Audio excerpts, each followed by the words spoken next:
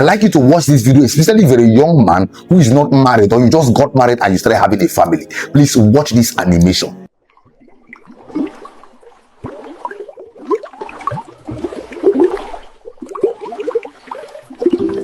The first image was a young man drowning through life, and the reason, according to the above animation, is because he is without a father. Then the second image is about another young man who was floating through life, and the reason, according to the above animation, is because he has a father. The above video redefine what fatherhood is supposed to be. To me, we all know that it is very possible that somebody can still have a living father, a father who is alive and active, and the person is literally drowning through life. However, the video above just showed us, and when someone is struggling through life, it is sometimes a suggestion that the person is without a father, and this does not necessarily mean that they don't have a father. It may simply mean that they were never fathered by what fatherhood was meant to be, because sometimes you can have a father, but his presence was never an advantage. It never really changed the difficulty of your journey. You still have to start from zero. You still have to figure out everything all by yourself. You still have to fight for an identity. You still have to fight for your destiny, for confidence. You still have to fight for direction. You still have to fight to become somebody responsible in life. And there is a particular pain in this, knowing there was a man who could have made life easier,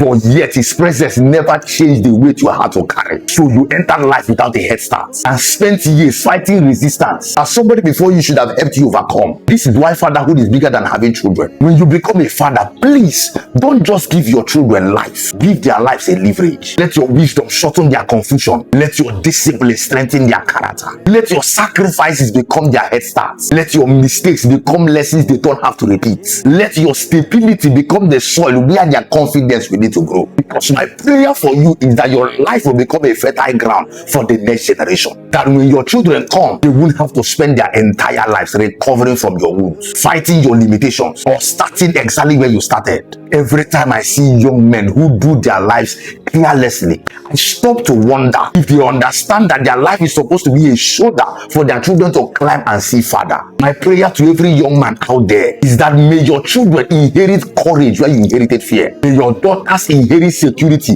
where you inherited uncertainty. May your children inherit wisdom where you had to learn everything through pain. And may your existence become an evidence that a man can change the trajectory of a generation. Dear young man, don't just pray to become successful. Pray to become the kind of man whose success becomes somebody else's starting point. Because perhaps the greatest proof that you lived well is that the people who came after you didn't have to struggle as hard as you did to become who they were born to be. If this is the kind of father you want to be, I'd like you to use the comment section and type, "My life will be a head start for my children."